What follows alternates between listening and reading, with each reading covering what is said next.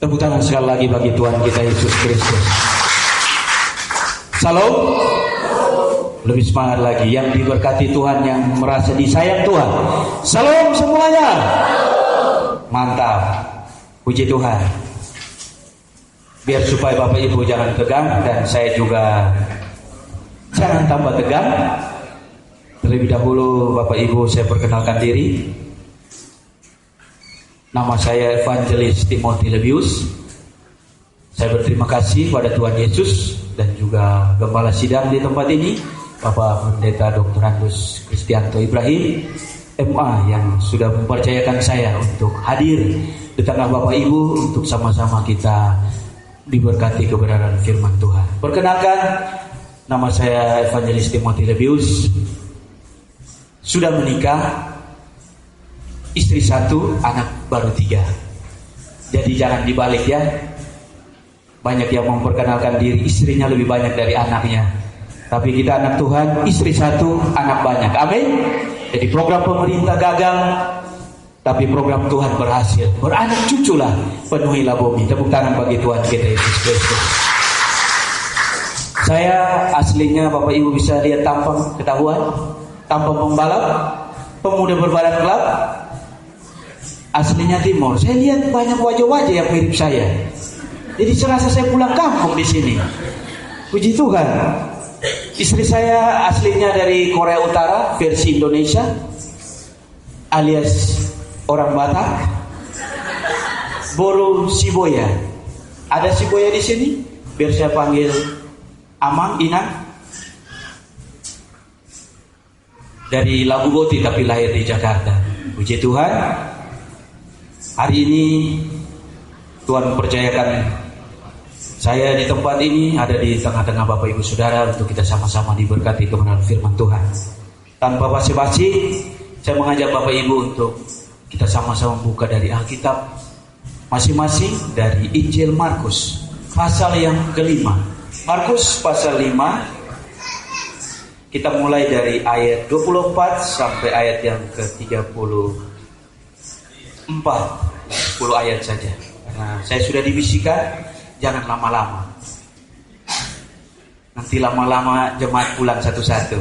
Tapi saya percaya jemaat di sini lapar dan haus akan kebenaran firman semua. Amin.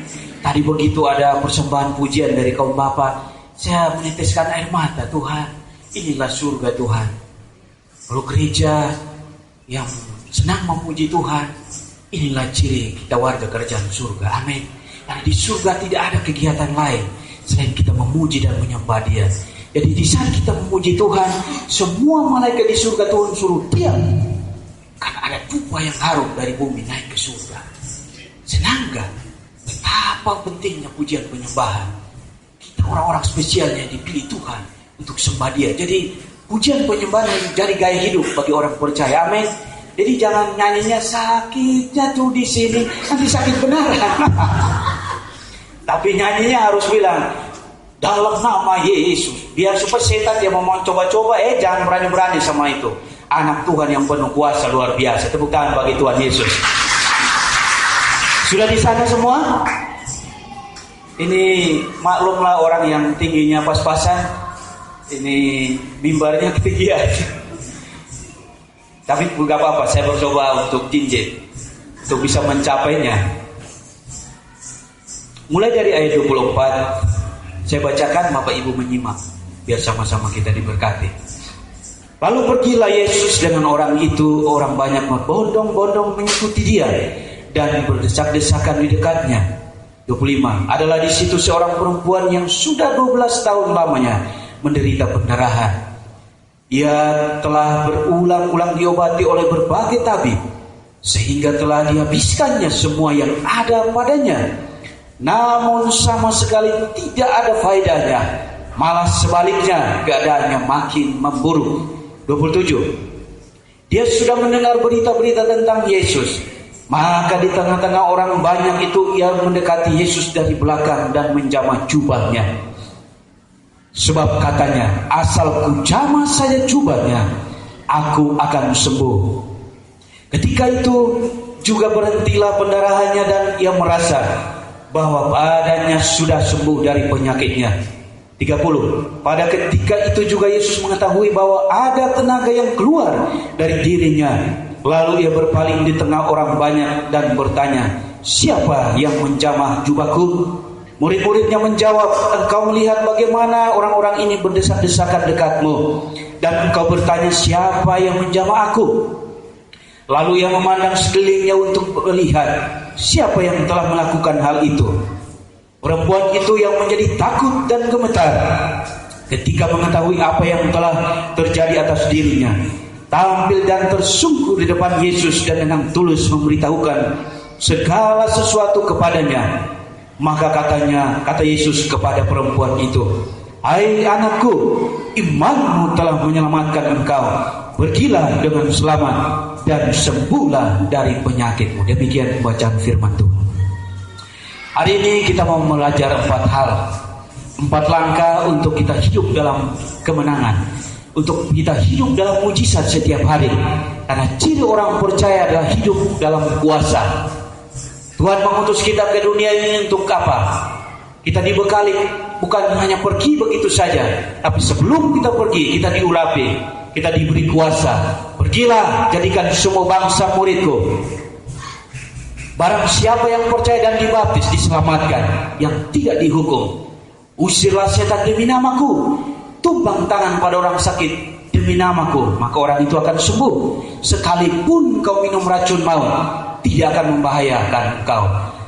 Kau punya kuasa untuk menahan kekuatan musuh. Itu ciri orang percaya, bukan pendeta loh. Jadi ini setiap orang percaya. Tapi kenyataannya, mari kita bertanya pada diri kita masing-masing. Sudahkah kita mempraktikkan kuasa ini? Biar dunia lihat dan tahu bahwa kita bukan orang-orang yang biasa. Saudara percaya saudara orang-orang yang luar biasa? Aminnya kurang kencang, kurang meyakinkan. Saudara percaya saudara orang yang luar biasa? Tepuk tangan bagi Tuhan kita Yesus Kristus. Malaikat catat dari surga saat ini. Malaikat mendengar bahwa semua kita mengaku bahwa kita orang-orang luar biasa. Apa rahasianya? Perempuan yang 12 tahun ini dan menderita penderitaan yang begitu membuat dia sangat menderita. Bahkan semua harta bendanya habis. Untuk apa? Cari yang namanya kesembuhan. Tapi lihat, Alkitab mencatat bahwa apa? Keadaannya bukan semakin membaik, tapi semakin memburuk. Tapi ini rahasia. Ketika dia mendengar bahwa Yesus akan lewat di daerah di mana dia tinggal, jadi iman timbul dari pendengaran akan firman Kristus. Amin. Jadi suka-sukalah, berbahagialah orang yang suka mendengar firman Tuhan. Karena di saat kita mendengar firman Tuhan, iman itu timbul. Tapi orang yang suka mendengar gosip, imannya akan hilang. Imannya akan padam. Hari ini kita belajar 4 langkah. Langkah apa yang dibuat oleh wanita ini? Langkah profetik. Kita mau belajar dari perempuan ini, luar biasa. Secara manusia sudah hopeless, dia sudah habis-habisan. Dia cari tabib yang terbaik. Di mana yang dia dengar, di sana ada kesembuhan. Orang-orang pintar, orang bodoh semua dia datangi. Tapi kita orang-orang yang pintar, amin. Karena kita diterangi firman Tuhan, amin. Jadi kalau anak Tuhan masih ke dukun, berarti kategori orang pintar, orang bodoh. Bukan saya yang bilang ya. Jadi hari ini kita diterangi firman Tuhan. Yang pertama, saya bacakan dari ayat 28. Bapak Ibu menyimak baik-baik. Ini rahasianya. Supaya kita jangan jadi orang-orang yang kalah terus sama masalah, kalah sama sakit penyakit. Kita dikatakan tumbang tangan pada orang sakit sembuh, tapi kok kita kayaknya dikuasai sakit penyakit, flu aja buru-buru ke warung. Cari apa? Panadol atau Bodrek kan? Di mana imanmu?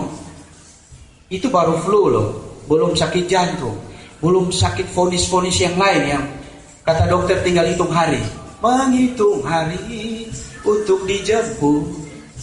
Tapi Bapak Ibu, hari ini kita bersyukur ada 4 langkah yang kita mau belajar. Yang pertama, ayat 28. Sebab katanya, asal ku jamah saja jubahnya, aku akan sembuh. Ini rahasia yang pertama. Jadi langkah yang pertama untuk kita hidup berkemenangan di dalam Tuhan, supaya kita selalu melakukan mujizat setiap hari di dalam kehidupan kita bersama dengan Tuhan. Pertama, ucapkan perkataan iman. Perempuan ini begitu dia dengar tentang Yesus, timbul iman. Tapi bukan hanya cukup di situ. Dia berkata dalam hatinya, asal ku jamah saja jumbai jubahnya. Kalau di versi Injil Lukas, jumbai jubahnya lebih mendetail, lebih humanis. Nah, di Injil Markus dipersingkat, asal ku jamah saya jubahnya, aku akan sembuh. Jadi yang pertama rahasia untuk dia mengalami mujizat. 12 tahun Bapak Ibu bisa bayangkan. Ibu-ibu lebih tahu. Penyakit bulanan maksimal 4 hari, tapi itu kadang sangat menyiksa. Ini 12 tahun. Pendarahan setiap hari. Sudah cari pengobatan kemana-mana, cari tabib yang terbaik. Kalau istilah sekarang, cari dokter spesialis yang terbaik. Tapi keadaannya bukan semakin baik, tapi semakin memburuk. Tapi lihat ini, luar biasanya. Begitu dia dengar tentang Yesus Kristus, timbullah iman. Dan bukan hanya mau beriman, tapi dia ucapkan dalam hatinya, asal ku jamah saja jubah-jubahnya, aku akan sembuh. Saya mengajak Bapak Ibu buka di dalam kitab Amsal pasal yang ke-18 ayat 20 dan 21. Sudah di sana, Amsal pasal 18 ayat 20 dan 21. Bapak Ibu batasin Markus pasal 5 ya, karena itu topik kita dari situ. Tema kita diambil dari Markus 5. Saya bacakan buat kita semua. Perut orang dikenyangkan oleh hasil mulutnya, ia dikenyangkan oleh hasil bibirnya. Hidup dan mati dikuasai lidah. Siapa suka menggemakannya akan memakan buahnya. Jadi hidup dan mati dikuasai oleh lidah. Barang siapa yang suka menggemakannya akan memakan buahnya. Jadi kita hidup hari ini ternyata ditentukan oleh apa yang kita ucapkan hari kemarin.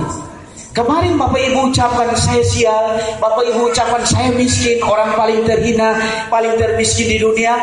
Keadaan Bapak Ibu hari ini, apa yang Bapak Ibu ucapkan kemarin?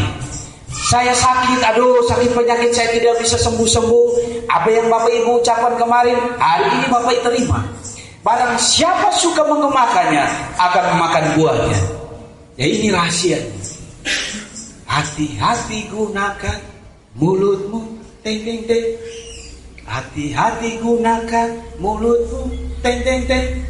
Karena Bapa di surga melihat ke bawah. Sama-sama. Hati-hati gunakan mulutmu. Mari colek sebelah kiri kanan, katakan, mulai saat ini ucapkan perkataan iman. Ya, kalau suami suka memperkatakan suami hal-hal yang negatif, bertobat hari ini. Istri memperkatakan hal-hal yang negatif buat suami, hari ini bertobat. Karena ternyata perkataan itu berkuasa. Markus pasal 11 ayat 23. Aku berkata kepadamu, barang siapa berkata kepada gunung ini, asal tidak bimbang hatinya, maka gunung ini akan pindah. Beranjak ke tengah laut, maka gunung ini akan taat. Di situ di satu ayat diulangi satu kata 3 kali. Aku berkata kepadamu, barang siapa berkata kepada gunung ini, ayo dong dibuka, biar supaya jangan mata tertuju kepadaku, tertuju kepada firman Tuhan saja. Markus pasal 11 ayat 23. Jadi sebelah dari pasal 5, buka beberapa lembar. Saya bacakan buat kita semua. Aku berkata kepadamu, sesungguhnya barang siapa berkata, jadi sudah 2, berkata 2. Aku berkata kepadamu, dan barang siapa berkata kepada gunung ini, beranjaklah dan tercampurlah ke dalam laut, asal tidak bimbang hatinya, tetapi percaya bahwa apa yang dikatakan itu akan terjadi, maka hal itu akan terjadi baginya. 3 kali. Kuasa perkataan sangat besar. Tadi saya udah bilang, apa yang kita alami hari ini, itu yang kita ucapkan hari kemarin. Saya hari ini berdiri di depan Bapak Ibu Saudara, saya sering berkata kepada Bapak Gembala, Bapak Ibu Saudara semua, suatu saat saya akan dipakai Tuhan untuk berkhotbah, untuk menyampaikan kebenaran firman Tuhan. Dan hari ini, apa yang saya ucapkan hari kemarin, hari ini nyata. Tepuk tangan bagi Tuhan kita Yesus Kristus. Jadi, masih mau berkata hal-hal yang negatif? Dulu bapak-bapak waktu pacaran panggil ibunya baby, romantis. Pokoknya gak ada laki-laki lain yang paling romantis di dunia, cuman suami atau istri. Beb, sudah makan belum? Jam 2 malam juga ditanya udah makan belum, padahal orang udah tidur pules. Itu saking sayangnya, saking romantis. Tapi setelah menikah beberapa tahun kemudian, panggil tetap sama beb, tapi kadang salah ucap. Beb, babi. Jadi bukan baby lagi. Banyak pelayanan konseling kami temui. Dulu yang suami saya begitu romantis Pak Pendeta, tapi sekarang berubah drastis 180 derajat. Saya bingung Tuhan, saya bingung Pak Pendeta mau ngapain. Saya mau maju salah, mundur salah, puas ke malakama. Mau cerai nggak boleh, mau bertahan menderita. Terus gimana dong? Saya bilang tetap bertahan. Akhirnya kita mulai masuk sebagai konselor, kita nggak boleh dengar sepihak, harus dari dua arah. Dengar ceritanya, biar dia ngomong sepuas-puasnya. Begitu dia ngomong, kita tangkap. Oh, poinnya di sini. Oh, ibu ternyata selama ini bukan ngomongin suami yang baik-baik. Ternyata ibu juga memperkatakan kata-kata setan juga. Suami bilang dasar iblis lu, istri balas bilang dasar setan lu. Yang datang siapa? Lucifer. Jadi jangan harapin suami jadi malaikat, jadi suami yang baik, istri yang baik, karena perkataan kita sendiri. Saya ngomong karena dulu saya begitu. Tahu sendiri kan orang Timur lahir di atas batu karang. Orang Batak lahir di atas gunung, berbukit-bukit. Kan saya tahu kalau daerah Sumatera itu berbukit-bukit. Kalau NTT itu berbatu-batu. Makanya kami jarang yang mualaf. Kamu walaupun hidupnya dibilang tampang rainbow tapi hati rinto. Jadi tampang boleh seram tapi hati kami tweety. Jadi Bapak Ibu, singkat saya sedikit bersaksi. Dulu pernikahan kami 5 tahun pertama paling rawan untuk bercerai. Kami dibilang menderita, sangat menderita. Mau mati kok Tuhan gak cabut-cabut ini nyawa. Tuhan cabut aja deh daripada hidup panjang umur tapi menderita Tuhan. Istri juga sama.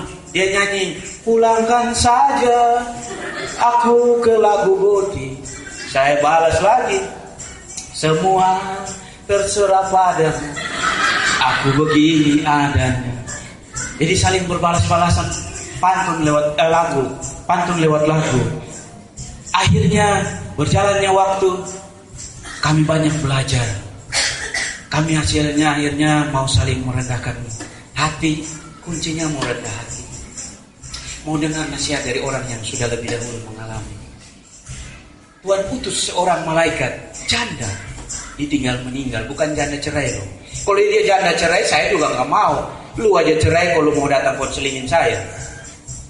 Karena saya lihat ya ini malaikat dari Tuhan. Begitu dia ngomong berapa kata, saya nggak bisa berkata-kata. Istri saya pun demikian. Kami cuma hanya menangis dan menangis. Akhirnya kami dikasih tahu, selama ini bukan setan yang punya kuasa, tapi kita yang kasih setan berkuasa. Setan udah gak punya kuasa, tapi kita orang percaya yang kasih dia wewenang untuk dia berkuasa atas hidup kita. Begitu kami dibukakan mata rohani kami, mulai dari situ saya mulai, iya ya, selama ini saya bodoh, selama ini saya tolol. Iblis bodohin saya, iblis tipu saya. Akhirnya saya nggak bisa menerima janji firman Tuhan. Pelayanan tetap pelayanan, tapi kok orang yang kita layani diberkati, kok kita kayak orang paling miskin di dunia. Mau beli susu anak aja Itu berdoa sampai menangis-nangis. Akhirnya kami disadarkan, selama ini yang buat susah bukan setan, tapi kami sendiri. Apa? Perkataan kami sendiri. Tadi saya udah kasih contoh. Istri panggil suami bukan sayang lagi, bukan honey lagi, bukan babe lagi, tapi babi lu, setan lu, iblis lu. Jadi kita undang semua yang jahat-jahat. Hati kita penuh dengan kejahatan. Tiap hari tetangga pada ngungsi. Tetangga dia tahu, wah kalau ini yang dua udah di rumah nih, mendingan kita ngungsi deh. Kalau enggak, alamat nggak bisa tidur. Gak jadi berkat, jadi batu sandungan. Padahal kita adalah batu penjuru. Amin. Kita adalah ikon-ikon di dunia ini. Kita jadi wakilnya Tuhan. Tadi saya dari awal saya sudah sedikit memulai dengan Markus 16 ayat 15 sampai 18. Kita bukan orang-orang yang biasa-biasa, tapi kita orang-orang yang luar biasa. Mari buka mata rohani kita. Kita bukan orang-orang yang diutus untuk kalah terhadap masalah.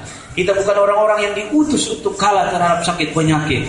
Tapi kita orang-orang yang diutus untuk kalahkan setan, untuk kalahkan sakit penyakit, untuk kalahkan setiap masalah. Tepuk tangan bagi Tuhan kita Yesus Kristus. Yang pertama, jaga ucapanmu. Mulai saat ini, ucapkan hal-hal yang baik untuk kehidupanmu. Istri ucapkan hal-hal yang positif buat suaminya. Suami ucapkan hal-hal yang positif buat suaminya. Biar sebagai manusia kita lihat kasat mata. Aduh, istri kok menyebalkan banget sih. Dia romantisnya cuma awal bulan. Asal bapak udah mau dekat gajian, kok mama berubah ya jadi baik. Nggak apa-apa. Tetap ucapkan engkau istri yang baik. Engkau istri yang dipakai Tuhan untuk menjadi penolong bagi aku. Sebaliknya, biar secara kasat mata kita lihat suami belum berubah, terus ucapkan perkataan-perkataan yang baik. Dan lihat apa yang kita ucapkan hari ini, hari besok kita akan memakan buahnya. Tepuk tangan sekali lagi bagi Tuhan kita Yesus Kristus. Kembali ke Markus pasal 5. Bapak Ibu, ini rahasianya sangat besar. Makanya saya semangat. Saya mau kasih tahu ini rahasia. Ucapkan perkataan yang berkuasa. Dunia sekarang mereka lagi galau. Istilah sekarang. Lihat Timur Tengah. Siapa yang pernah pikir Turki ada di wilayah Eropa, tapi lihat saat ini keadaannya. Kemarin walaupun kudeta nggak jadi, tapi lihat bangkit kelompok-kelompok ekstremis. Akan rusak juga seperti negara-negara sebelumnya. Mereka mau lari, cari damai sejahtera itu ada di mana. Kalau sampai orang Kristen gak hidup damai, aduh, Tuhan bilang, aduh, saya nyesal saya utus kamu ke dunia ini. Saya nyesal saya cipta kamu untuk di dunia ini. 70-80 tahun kita sia-siain. Untuk apa? Jadi batu sandungan. Tetangga, kalau kita pulang kantor, aduh, tuh, biang gosip udah datang. Tuh, biang masalah udah datang. Koreksi diri kita masing-masing. Sudahkah kita jadi berkat dimanapun kita berada? Kamulah garam dan terang dunia. Kalau kamu jadi garam, penyedap, jadi terang. Orang hidup dalam kegelapan, mereka melihat pelita. Kita ini pelitanya Tuhan. Saya itu semangat sekali kalau ngomong sama orang yang belum percaya. Kamu mau tahu, setan cuma takut satu nama, Yesus Kristus Tuhan. Kamu jangan sekali-kali intimidasi saya. Setan bisa kasih kamu 1 triliun, tapi asal kamu ke neraka, dia gak nyesal. Tapi dia gak akan begitu saja kasih dengan cuma-cuma. Dia tuntut nyawa. Ikut aku ke neraka. Tuhan bayar dengan darah yang mahal, darahnya yang kudus. Supaya apa? Kita beritakan kepada dunia, keselamatan hanya ada dalam Yesus Kristus. Tepuk tangan bagi Tuhan kita Yesus Kristus. Ini saya semangat, bukan saya marah ya. Ekspresinya memang wajahnya sudah begitu dari sononya. Jadi Bapak Ibu mau lihat ekspresi senyuman yang paling baik, tidak akan temu kecuali udang Ari Wibowo. Jadi kisah di dalam Alkitab menceritakan banyak tokoh yang harus kita contohi. Goliat mengalahkan Daud dengan apa? Umban kan, batu kali kan? Tapi kalau baca firman dengan teliti, perkataan. Begitu dia datang, dia dilecehkan sama abang-abangnya yang sudah pengalaman dalam peperangan. Begitu mereka semua pasukan Israel melihat pahlawan mereka, orang Filistinnya itu Goliat, semua ciut. Saul seorang pemimpin gagah perkasa ikut ciut karena begitu lihat Goliat, wow, ini manusia raksasa, siapa yang bisa? Sampai Daud bikin sayembara, siapa yang bisa kalahkan orang itu, saya kasih anak perempuan saya jadi istri saya, keluarganya bebas pajak sampai selama-lamanya. Tapi satu pun tidak ada yang berani. Tapi Daud, orang yang gak masuk hitungan, termasuk bapaknya yang gak masuk hitungan, buat bapaknya, abang-abangnya, siapa lu? Suruh antar makanan buat abang-abangnya, dia datang, dia dengar perkataan. Karena seringkali orang Kristen kalah duluan sebelum berperang. Kalah pertama pendengaran. Makanya jangan suka mendengar perkata-kata yang negatif. Senanglah, buatlah hati kita kesukaannya dan tahulah Tuhan. Supaya apa? Iman itu timbul setiap hari, makin bertumbuh. Grafiknya bukan turun tapi naik. Itu yang saya lakukan setiap hari. Banyak belajar firman Tuhan. Tuhan singkapkan rahasia ini. Begitu Daud yang dengar perkataan dari Goliat, intimidasi semua pasukan Israel termasuk Raja Saul. Dia bilang begini, siapakah orang yang tidak bersunat ini?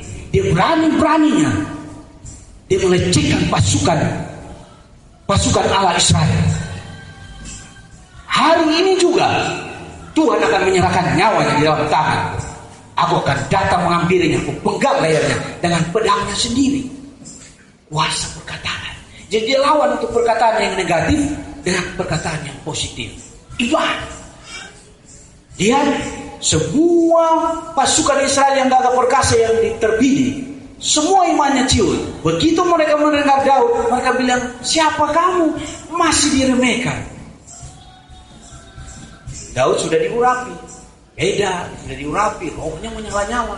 Dia tahu bahwa roh yang ada dalamku lebih besar dari roh-roh yang ada dalam dunia ini. Tepuk tangan bagi Tuhan kita Yesus Kristus. Akhirnya Raja Saul buat sayembara, Daud dipanggil. Begitu Raja Saul lihat Raja Daud ini ternyata kata orang mirip-mirip saya. Kecil-kecil gitu, imut-imut, parasnya elok. Cuman bedanya dia kemerah-merahan, saya hitam-hitaman. Senang ya. Apalagi gembala sidang kita senang panggil saya bukan nama saya, hitam. Jadi nama saya diganti hitam, nggak apa-apa. Jadi begitu Daud dia menghadap Saul, dikenakanlah pakaian perang. Dia tidak kuat karena terlalu besar ukurannya. Tapi dia bilang begini, hambamu ini setiap hari mengembalakan kambing domba ayahku yang 2-3 ekor di padang gurun. Apabila ada binatang buas datang untuk menerkam domba-domba ayahku, aku akan bangkit dan aku akan menerkam binatang buas itu. Aku mematahkan lehernya. Hari ini juga Tuhan akan menyerahkan orang yang tidak bersunat itu ke dalam tanganku. Aku akan memenggal kepalanya dengan pedangnya sendiri. Tepuk tangan bagi Tuhan kita Yesus Kristus. Jadi begitu kita menghadapi masalah secara manusia dimaklumi. Kita lihat Goliat terlalu besar. Terlalu besar untuk ukuran tentara Israel. Apalagi Daud yang tidak masuk hitungan. Dia cuma modal itu umban dengan batu kali. Kalau bukan kuasa Tuhan, itu raksasa. Raja pemimpin aja udah mundur. Seringkali setiap hari kita menghadapi masalah, kita sudah ciut duluan karena kita lihat masalah. Kita lupa bahwa Tuhan kita lebih besar. Yesus Kristus Tuhan. Tepuk tangan bagi Tuhan kita Yesus Kristus. Apa kuncinya supaya kita tetap kuat menghadapi masalah itu? Ibrani pasal 4 ayat yang ke-14. Ibrani pasal yang keempat, ayat yang ke-14. Sudah di sana? Karena kita sekarang mempunyai imam besar agung yang telah melintasi semua langit, yaitu Yesus anak Allah. Baiklah kita teguh berpegang pada pengakuan iman kita. Nah, supaya iman kita berkuasa menghasilkan iman, ini rahasianya. Hendaklah kamu teguh dalam pengakuan imanmu. Hendaklah kamu teguh dalam pengakuan imanmu. Sekali lagi, hendaklah kamu teguh dalam pengakuan imanmu. Contoh, kalau vonis dokter sakit jantung, bangkitkan iman saudara. Baca 1 Petrus 2 ayat 24. Oleh bilur-bilurnya aku telah sembuh. Terus teguh dalam pengakuan iman, perkataanmu, ucapanmu, teguh. Teguh. Oleh bilur-bilurnya aku telah sembuh. Jangan ucapkan perkataan ganda. Yakobus mencatat, dari satu sumber air tidak bisa keluar dua jenis air. Satu sumber air hanya keluarin satu jenis air, air tawar atau air asin. Tidak bisa dari satu mulut yang sama keluar berkat, keluar kutuk. Gak bisa. Hari ini dengan firman, penyakit saya sudah sembuh, teguh dalam pengakuan iman. Jangan sampai rumah bilang, aduh sakit jantung kok gak sembuh-sembuh. Batal. Batal semua perkataan yang pertama. Tuhan gak mau dipermainkan. Tuhan bilang, imanmu sebesar biji sesawi. Tuhan gak minta sebesar gunung. Sebaliknya, sebesar biji sesawi terkecil dari biji-bijian, pindahkan gunung. Bukan sebesar gunung pindahkan biji sesawi. Semua juga bisa, tiup juga bisa, gak usah pakai iman. Tapi dia Tuhan minta sekecil ini tidak ditemukan satu pun di antara orang Israel. Mau Tuhan senang? Mulai beriman. Tepuk tangan bagi Tuhan Yesus Kristus. Mau Tuhan senang? Bukan persembahan yang banyak, bukan perpuluhan yang banyak. Itu perlu. Gereja butuh uang, persembahan perpuluhan untuk memperluas kerajaan surga. Tapi untuk bikin Tuhan senang, iman saudara. Tuhan bilang, imanmu telah menyelamatkan engkau. Imanmu telah menyembuhkan engkau. Bukan iman saya, imanmu. Bukan iman orang lain, imanmu. Teguh. Daud dihadapi, dengar semua kata-kata negatif dari abang-abangnya, dari prajurit-prajurit Israel, dari Raja Saul terakhir. Tapi lihat tuh, dia teguh. Hari ini, kulihat yang kalian takuti, dia akan tersungkur di bawah kaki saya.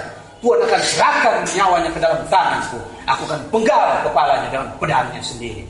Rahasia yang pertama, perkataan iman. Ucapkan hal-hal yang baik dalam kehidupanmu, maka mujizat-mujizat terjadi dalam kehidupanmu. Tepuk tangan bagi Tuhan kita Yesus Kristus. Kembali ke Markus pasal 5 ayat 27, saya bacakan. Dia sudah mendengar berita-berita tentang Yesus. Maka di tengah-tengah orang banyak itu ia mendekati Yesus dari belakang dan menjamah jubahnya. Ayat 28, sebab katanya, asal ku jamah saja jubahnya, aku akan sembuh. Jadi Bapak Ibu sudah memperkatakan perkataan yang iman, yang positif. Tidak cukup hanya sampai di situ. Perempuan ini dia hanya bilang asal ku jamah saja, tapi dia diam di tempat. Tapi lihat, asal ku jamah saja jubahnya. Jadi perkataan ini menunjukkan bahwa dia harus bertindak. Iman tanpa perbuatan itu mati. Yakobus pasal 2 ayat 26. Kita baca sama-sama. Saya bacakan. Sebab seperti tubuh tanpa roh adalah mati, demikian jugalah iman tanpa perbuatan adalah mati. Jadi Bapak Ibu punya iman sebesar apapun, tanpa Bapak Ibu bertindak gak akan pernah lihat mujizat. Daud dia punya perkataan iman, tapi kalau dia lari menghampiri Goliat, dia tidak akan pernah memenggal kepalanya Goliat. Perempuan ini kalau dia hanya punya perkataan iman, tapi dia tidak melangkah. Jadi Bapak Ibu bisa bayangkan kondisinya yang makin memburuk. Itu ngesot pun udah gak bisa. Di hukum Taurat sampai hari ini berlaku. Seorang yang kena sakit pendarahan itu dianggap kena tulah, kena kutuk. Jadi tidak boleh berbaur dengan orang-orang yang lain yang sehat. Diasingkan. Tapi lihat, dia terobos semua itu. Bayangkan Tuhan Yesus di zaman itu dikerumunin ratusan ribu orang mengikuti dia. Berbondong-bondong, tidak disebutkan jumlahnya. Berarti sangat banyak. Tapi lihat, dia bukan hanya berkata-kata diam di tempat, tapi dia melangkah. Asal ku jamah saja jubahnya, aku akan sembuh. Jadi bertindak. Jadi Bapak Ibu bilang, saya sudah sembuh. Jangan mikir untuk besok ke dokter mana ya, dokter spesialis yang paling hebat. Batal. Bilang saya sudah sembuh, ya percaya. Oleh bilur-bilur Tuhan Yesus aku telah. Telah itu sudah, nanti itu akan. Sinonimnya sudah. Berarti kita tidak mengakui vonis dokter, saya telah disembuhkan. Percaya firman atau kata dokter? Saya gak anti dokter ya, kita butuh dokter, Tuhan bisa pakai dokter. Tapi inilah rahasianya, kenapa kita tidak bisa manifestasikan kuasa Tuhan kepada dunia. Kenapa orang Kristen di mana-mana dibenci, gak disukai? Karena sebenarnya kita lebih pesimis dari mereka. Mereka lebih optimis daripada orang percaya. Padahal kita ini ala-ala kecil. Kristen itu pengikut Kristus. Kristus kecil. Bayangi, kamu akan melakukan perkara-perkara yang aku lakukan, bahkan lebih besar. Wow. Tapi di mana orang Kristen? Di mana? Kita kalau penginjilan, kalau kita hanya cuma fasih lidah, mereka usir kita. Bahkan mereka penggal kita pakai cerulit. Tapi kalau saudara doain orang sakit sembuh, mereka bilang, wow, ini pakai kuasa dari mana? Itu terjadi pada murid-murid Tuhan Yesus pada zaman itu. Jemaat mula-mula. Mereka nggak perlu ahli teologi, mereka nggak perlu fasih lidah. Semua nelayan, kerjanya cuma tangkap ikan. Jalannya rusak mereka perbaiki, nggak ada pemutuhan lain. Tapi lihat dengan kuasa. Imam Taurat, walaupun dengan segala cara mereka mau buat rekayasa untuk memutarbalikkan kebenaran, tapi kuasa Tuhan nyata. Banyak orang melihat dan percaya. Dan hari itu Petrus berkhotbah, 3.000 orang bertobat dan berdiri untuk dibaptis. Tepuk tangan bagi Tuhan kita Yesus Kristus. Jadi iman bukan hanya diam di tempat, harus bertindak. Bapak Ibu bilang, saya pasti sukses di karir saya, bertindak. Jangan cari muka, jangan promosikan diri. Cari Tuhan. Jilat kaki Tuhan, biar Tuhan yang promosikan. Jangan jilat manusia. Dia paling 70-80 dia udah mati. Jilat Tuhan, kekal selama-lamanya. Andalkan Tuhan. Terkutuklah orang yang mengandalkan kekuatan manusia, tapi diberkatilah orang yang mengandalkan kuasa Tuhan. Amin. Tepuk tangan yang paling meriah bagi Tuhan. Yang pertama apa? Langkah pertama apa yang dilakukan wanita ini? Baru 5 menit loh, sudah lupa. Itu kebiasaan, kelemahan dari jemaat. Kita sudah keringat-keringat keluar asap, berbusa, jemaat 5 menit sudah lupa. Saya persiapkan khotbah ini 2 minggu.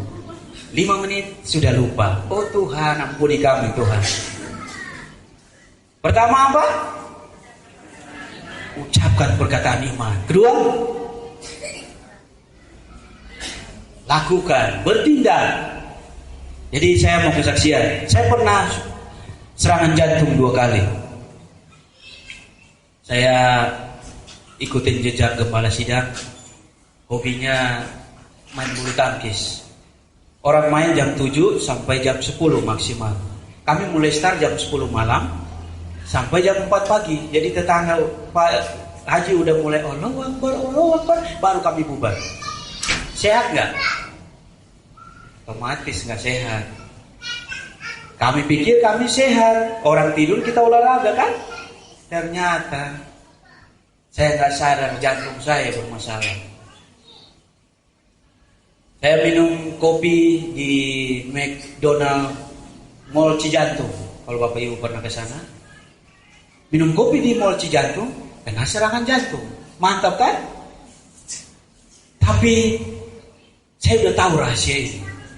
Begitu ada serangan jantung, semua badan saya mati rasa. Saya hampir jatuh. Tapi saya ucapkan 1 Petrus 2 ayat 24. Oleh bilur-bilur Tuhan Yesus, aku telah disembuhkan. Seketika itu juga hilang. Tepuk tangan buat Tuhan kita Yesus Kristus. Dari Bolci Jantung, akhirnya kami janjian makan siang di Mall Citraland. Di mana?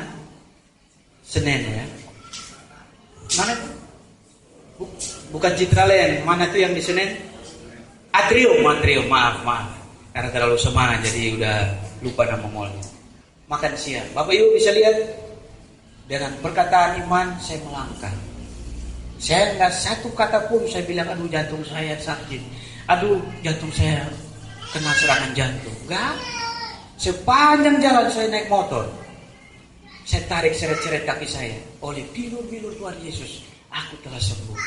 Apa yang terjadi? Sampai di Mall Atrium, semua rasa sakit itu hilang. Tepuk tangan bagi Tuhan kita Yesus Kristus. Mulai saat itu saya nggak bisa main bulu tangkis yang ini lagi karena saya juara RT. Saya belum nantang kepala sidang, tapi saya begini juara RT, agak belagu sedikit karena di RT saya orangnya mainnya ya pas-pasan semua, jadi mereka anggap saya paling hebat lah. Begitu lawan RT lain kami kalah semua. Terus Bapak Ibu, ada saat-saatnya saya sampai nggak bisa bernapas karena jantung saya bermasalah, penyempitan. Main bulu tangkis dari jam 10 malam sampai 4 pagi. Habis itu makan Indomie pakai telur spesial. Habis itu tidur. Apa yang terjadi? Penyempitan di pembuluh darah, kena serangan jantung. Tapi lihat, sampai hari ini saya bisa berdiri di sini karena perkataan saya. Saya sekalipun saya tidak pernah berkata bahwa jantung saya sakit. Ya. Jantung saya sehat sempurna. Jantung saya sehat sempurna. Oleh bilur-bilur Tuhan Yesus, aku telah sembuh. Bahkan sampai pernah jalan selangkah pun saya nggak kuat karena nggak bisa bernapas. Tapi terus, walaupun saya nggak bisa berkata-kata, iman saya bangkit. Oleh bilur-bilur Tuhan Yesus, aku telah sembuh. Hari ini saya bisa lari keliling komplek sampai 10 kali. Tepuk tangan bagi Tuhan kita Yesus Kristus. Jadi rahasia ini sangat besar. Ucapkan, lakukan. Ketiga, karena sudah makan waktu, kepala sidang sudah senyum-senyum sinis. Saya takut nanti saya pulang ke diajak. Lebih baik kita cari selamat saja. Kembali ke Injil Markus pasal 5 ayat 29. Saya bacakan buat kita semua. Seketika itu juga berhentilah pendarahannya dan dia merasa bahwa badannya sudah sembuh dari penyakitnya. Seketika itu juga. Jadi Tuhan gak menunda-nunda. Kalau Tuhan lihat ada iman, gak ada tunda-tunda. Imanmu telah menyelamatkan engkau. Imanmu telah menyembuhkan engkau. Iman seperti wanita ini aku tidak pernah melihat sekalipun di antara orang Israel. Bayangkan Tuhan begitu puji orang yang beriman. Kalau kita mengaku orang beriman kalah sama penyakit, kalah sama masalah, baru masalah sedikit udah minta cerai. Aduh, bagaimana kita mau jadi garam dan terang dunia? Data statistik perceraian terbesar di kekristenan. Padahal firman Tuhan bilang Tuhan membenci perceraian. Tapi kenyataannya sebaliknya, manusia paling senang melanggar perintah Tuhan. Dilarang malah dilakui. Kalau yang disuruh lakukan malah enggak dilakukan. Apa harus dibalik firman Tuhan? Yang dosa-dosa yang oleh bebas lakukan, yang enggak baru dilakukan. Mungkin manusia punya pikiran yang terbalik seperti itu. Seketika itu juga sembuhlah dia dari pendarahan itu. Jadi Bapak Ibu bisa bayangkan kalau perempuan ini dengan susah payah dia menerobos itu kerumunan banyak orang untuk menggapai jubahnya Tuhan Yesus. Bukan gampang, tapi iman itu harus membayar harga. Jadi bukan hanya beriman terus diam di tempat. Itu mimpi namanya. Iman harus bertindak sesuai. Tadi saya berkasihan, saya nggak mau promosikan diri saya, biar Tuhan yang promosikan. Saya lakukan. Kalau kita mengandalkan Tuhan, Tuhan nggak pernah kecewakan. Tepuk tangan bagi Tuhan kita Yesus Kristus. Seketika itu juga sembuh dari penyakit. Jadi Bapak Ibu yang suka nonton sinetron, Suster Ngesot, itu terinspirasi dari kisah ini. Jadi kita ini jadi ikonnya dunia. Saya rasa sutradaranya itu orang Kristen. Jadi dia terinspirasi, boleh juga ini dibikin film ya. Jadi Suster Ngesot gitu. Tapi itu versi setan, ini kan Alkitabiah. Jadi kebenaran dibuatlah untuk jadi tontonan, tapi yang dalam tanda kutip yang negatif. Seketika itu juga, tadi Markus 11 ayat 23, asal tidak bimbang hatinya, dia akan menerima. Seringkali kita gagal karena kita mulai, aku percaya aku diberkati, aku percaya aku sehat, aku sukses, semua yang baik-baik kita ucapkan. Tapi mulai olah di pikiran kita, mulailah timbul bimbang. Saya senang ilustrasi yang Gembala Sidang sering ucapkan. Petrus, siapa yang nggak tahu Petrus? Dia orang yang sangat excited. Dia lihat apa-apa tuh cepat-cepat. Tapi lihat tuh, begitu dia punya iman, kalau engkau Tuhan suruh aku berjalan di atas air, akhirnya Tuhan suruh dia datang. Begitu dia punya iman, dia jalan di atas air. Tapi begitu dia lihat ke bawah, ada gelombang, ada angin sepoi-sepoi, mulailah bimbang. Mulai bimbang, mulai khawatir, tenggelamlah dia. Tapi beruntung, dia panggil, Yesus tolonglah aku tenggelam. Kalau ada masalah, jangan panggil tetangga, jangan panggil keluarga, panggil Tuhan Yesus. Hanya nama Yesus. Jadi luar biasa dalam nama Yesus. Kadang kita yang buat Tuhan itu kecil. Kasihan. Tuhan udah utus kita, Tuhan udah tinggalin surga, datang jadi paling hina untuk kita. Apa yang kita balas? Mau balas apa? Hartamu. Tuhan jual 1 bintang, gak ada satu manusia pun di dunia yang bisa beli. Pernah dengar orang beli bintang? Gak ada. Orang paling terkaya di dunia pun gak bisa beli satu ciptaannya Tuhan. Luar biasa nggak kita orang percaya? Saya tes lagi nih, tes nalar. Pertama, langkah pertama, ucapkan. Kedua, bertindak, lakukan. Ketiga, menerima. Nah, yang terakhir, senangkan dengar yang terakhir. Saya percaya Bapak Ibu sudah mulai bosan melihat saya. Tapi nggak apa-apa. Kesan pertama kadang membosankan. Tapi nanti kesan yang berikutnya gak diundang-undang lagi. Haleluya. Gak bercanda. Kembali ke Injil Markus pasal yang kelima ayat 30-34. Agak panjang. Yang terakhir ya Bapak Gembala ya. Jadi maafkan saya kalau saya melewati durasi yang sudah ditentukan. Ayat 30-34. Pada ketika itu juga Yesus mengetahui bahwa ada tenaga yang keluar dari dirinya. Lalu ia berpaling di tengah orang banyak dan bertanya, siapa yang menjamah jubahku?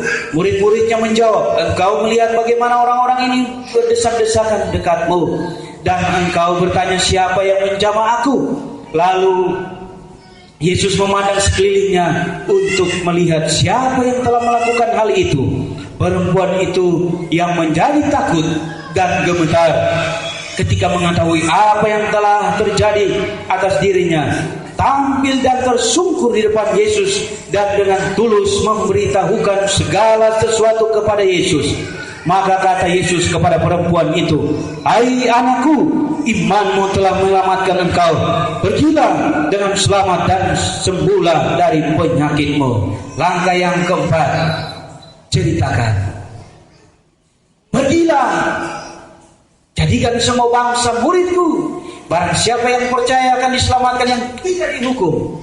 Jadi tugas kita memberitakan, bukan tugas kita untuk membuat orang bertobat. Tugas kita memberitakan Injil keselamatan. Untuk selamat atau enggak itu kedaulatan Tuhan. Bukan kita dengan kekuatan kita. Oh, kalau kita buat orang bertobat itu karena saya, bukan karena Tuhan. Seringkali itu manusia. Makanya Tuhan bilang, beritakan, ceritakanlah. Apa yang dunia mau lihat? Setan nggak bisa usir setan, itu hanya rekayasa. Tapi kita diberi kuasa untuk usir setan.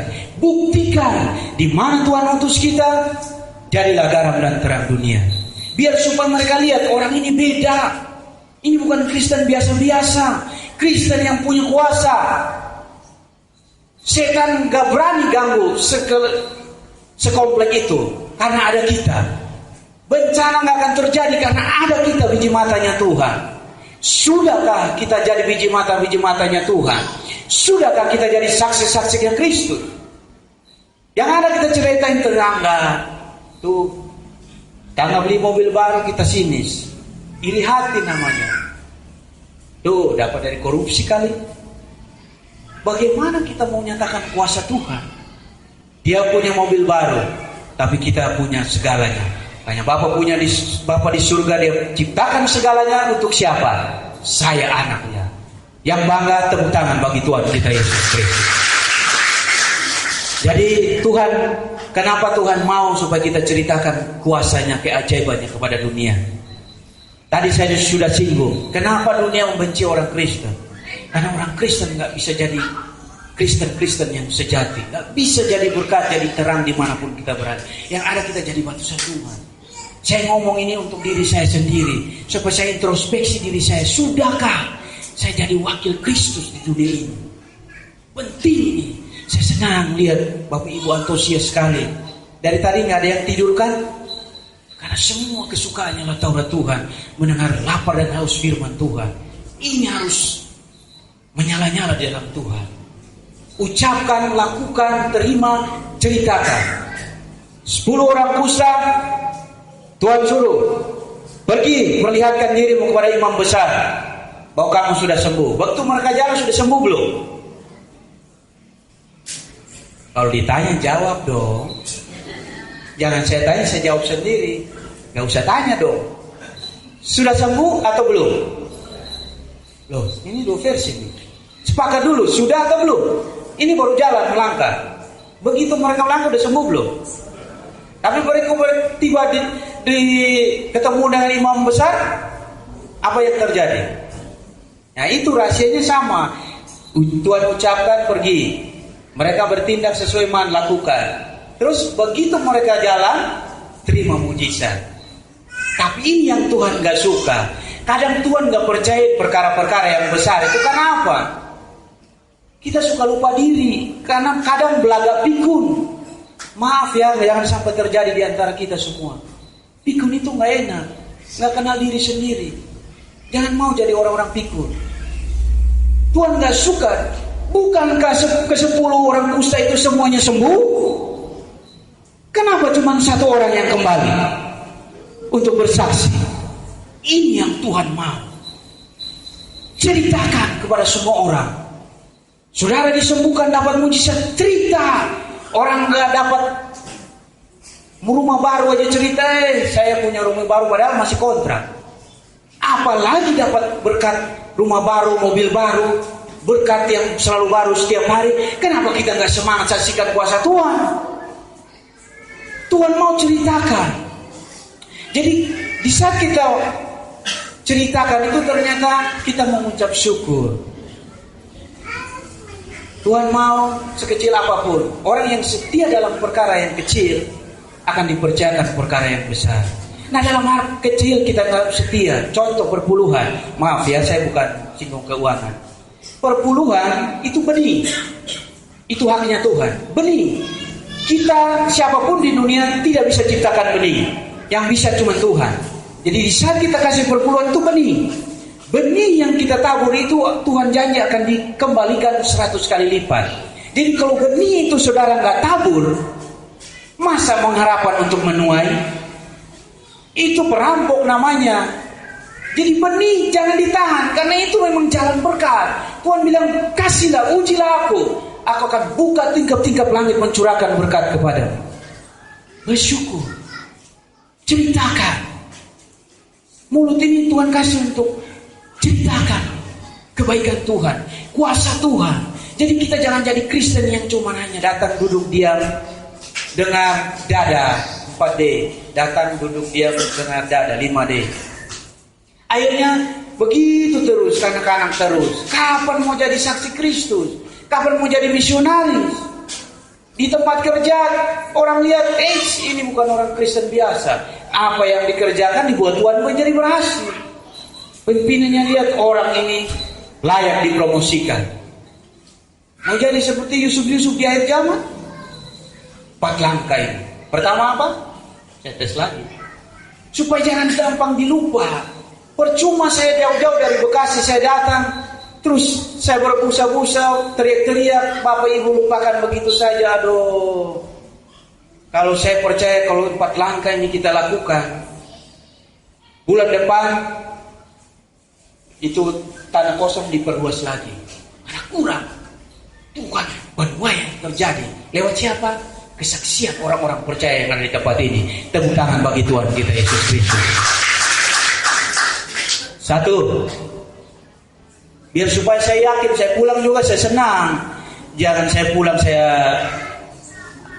galau juga. Wah, tadi mereka nangkap enggak?